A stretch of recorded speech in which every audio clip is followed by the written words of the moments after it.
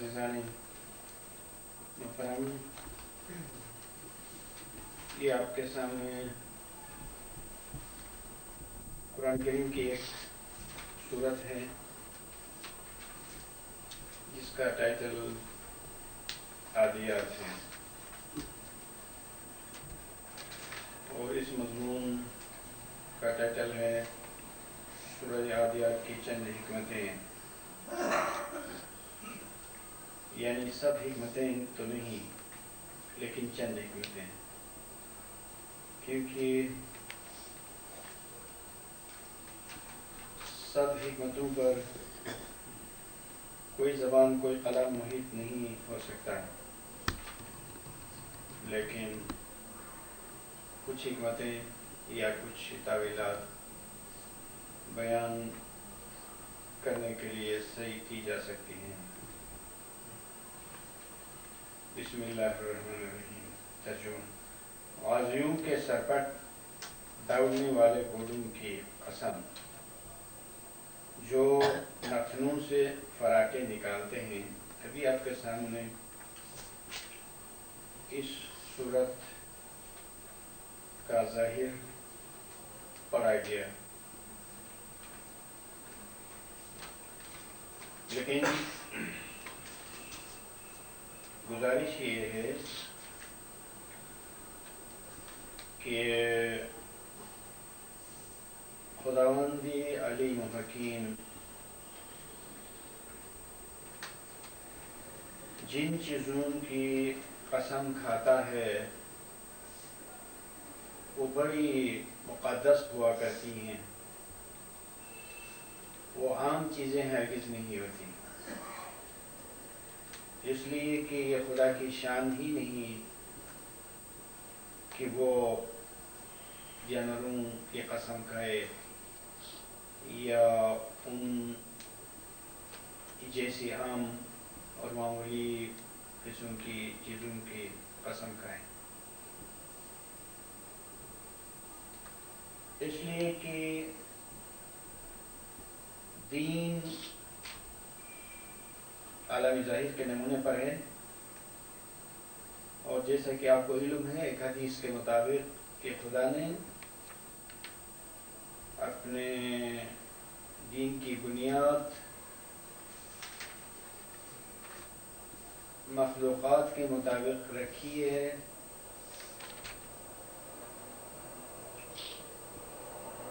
تاکہ مخلوقات سے اس کے دین کی شناخت ہو اور اس کے دین سے اس کی وحدت کی طرف راستہ ملے۔ چنانچہ دنیا میں کوئی بھی انسان جب قسم کھانا چاہتا ہے تو وہ کسی مقدس چیز کو لیتا ہے، کسی عظیم چیز کو لیتا ہے، اور سب سے بلندی پر وہ خدا کی قسم کھاتا ہے، یا قرآن کی، ایمان کی قسم کھاتا ہے، اور رسول کی اور امام کی قسم کھاتا ہے۔ اس اصول کے مطابق اہل دانش کے لیے یہ اشارہ ملتا ہے کہ لازمی طور پر ان گروہوں کی قسم کھانے کے پس منظر میں کوئی راز پوشیدہ ہے، اور وہ راز یہاں اس تحریر میں ظاہر کیا گیا ہے۔ نقطہ نمبر 1 میں، حکمت نمبر 1 میں، کہ ظاہری جہاد کا گھوڑا ایک حیوان ہے، لیکن باطنی جہاد کا گھوڑا اول ذکر الہی ہوا کرتا ہے اور دوسرا علم، جو دونوں مختلف سطحوں پر بلند ہو جاتے ہیں، اور جب ذکر اور علم خود بخود بولنے لگتا ہے تو وہ داعی کہلاتا ہے۔ دیکھا آپ نے کہ خدا نے ذکر عبادت کی تشبیہ گھوڑے سے دی ہے، اس لیے کہ گھوڑے سے اور گھوڑے پر نہ صرف جہاد کیا جاتا ہے بلکہ سفر کی مسافتوں کو بھی گھوڑے سے طے کیا جاتا ہے۔ ایک شہر سے دوسرے شہر میں جانے کے لیے گھوڑے کی ضرورت ہوتی تھی، اور قرآن عظیم کی تمام تر مثالیں زمانہ ماضی کے مطابق ہیں۔ اس میں جہاز، ریل، موٹر وغیرہ کی مثالیں نہیں ہیں، لیکن کوئی بھی ہوش مند جانتا ہے کہ خداوند عالم نے کیسی مثالیں بیان کی ہیں اور ان کا مقصد کیا ہے۔ تو ذکر کی تشبیہ و تمثیل جہاد کے گھوڑوں سے دی گئی ہے، گو کہ گھوڑے کے اور بھی کام ہیں، لیکن گھوڑے کے سب سے اعلیٰ کام کا بیان ہوا ہے، اور وہ ہے اسلامی جہاد۔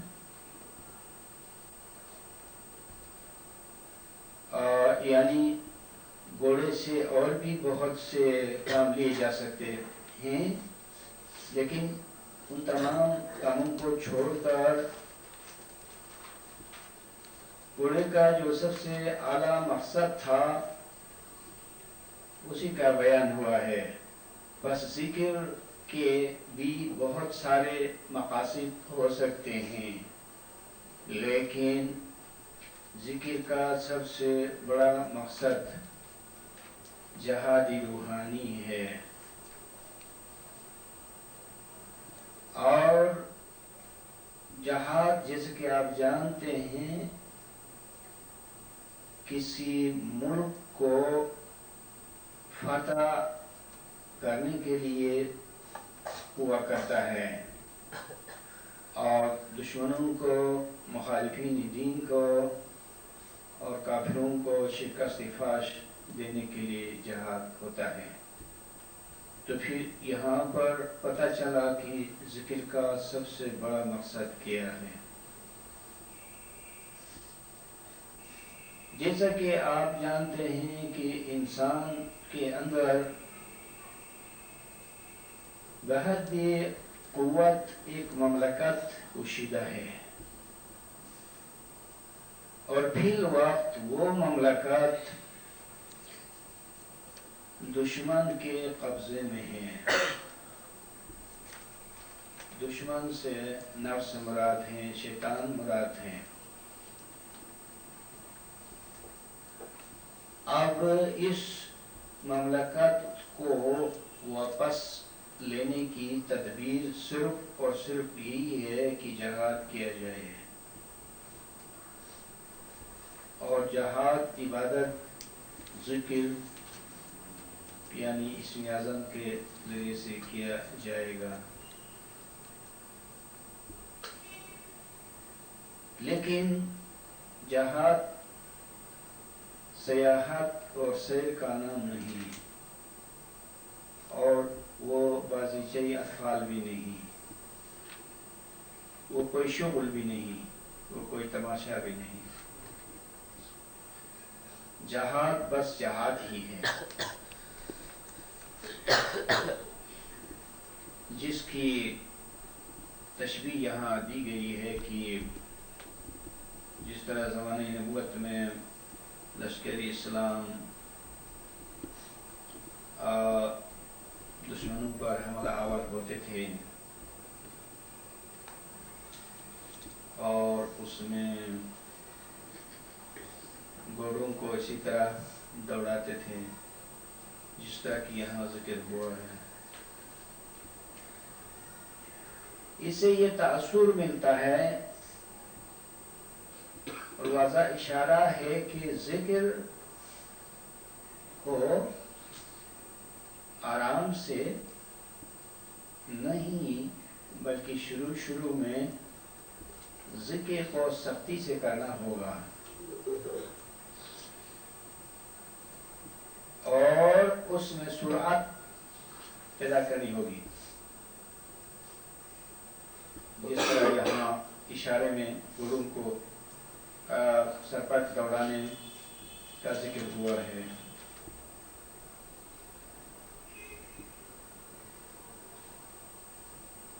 اور قرآن کا یہ فرمانا کہ ان جہاد کے گھوڑوں کی یہ صفت بیان کرنا کہ جب گھوڑے دوڑائے جاتے ہیں تو اس وقت وہ پتھر پر ٹاپ مار کر چنگاریاں نکالتے ہیں. بالکل ایسا ہی باطن میں ہے کہ جب کوئی بندہ ہی مومن، کوئی ذاکر جس کے پاس اسم اعظم ہے، بول ہے، جب اپنے نفس پر جبر کرتے ہوئے سختی کے ساتھ ذکر کرتا ہے تو اس کے نتیجے میں تحلیل نفسی ہو جاتی ہے. یعنی تحلیل نفسی کہتے ہیں کہ نفسی ہمارا قدرے ڈیزل ہو جاتا ہے اور جس کے نتیجے میں یقیناً چنگاریاں دیکھنے میں آتی ہیں. لیکن چنگاریاں ذکر سری کے نتیجے میں نکلتی ہیں، اس کے بغیر نہیں.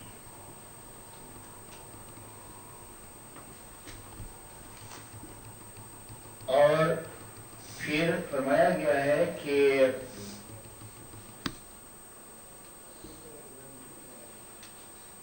نمبر 3 میں صبح کے وقت تاخت و تاراج کرتے ہیں. آپ یہ نہیں کہہ سکتے ہیں کہ ظاہری جہاد میں دشمن کو لوٹنے کا کام صرف اور صرف صبح کے وقت ہو سکتا ہے.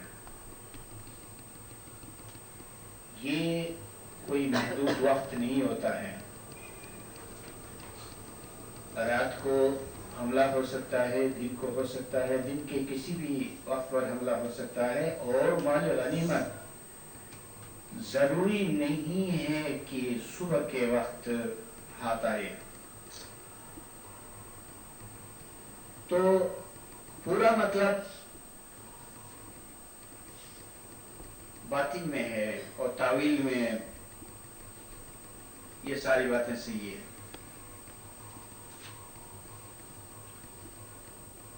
کہ جب نورانی عبادت کا زور صبح کے وقت ہوتا ہے اور اس کے لیے وقت معین بھی صبح ہی ہے، تو پھر صبح کے وقت روحانی طور پر مال غنیمت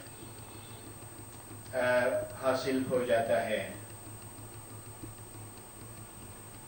اس میں صبح کی طرف اشارہ ہے اور صبح کے وقت کی نشاندہی کی گئی ہے. تو یہ مال غنیمت کئی صورتوں میں ہے. جس طرح ظاہری طور پر اسلامی جہاد میں مالی غنیمت کسی ایک مخصوص مقدار میں نہیں ملتا تھا، وہ بہت بھی ملتا تھا اور کم سے کم بھی ملتا تھا. اسی طرح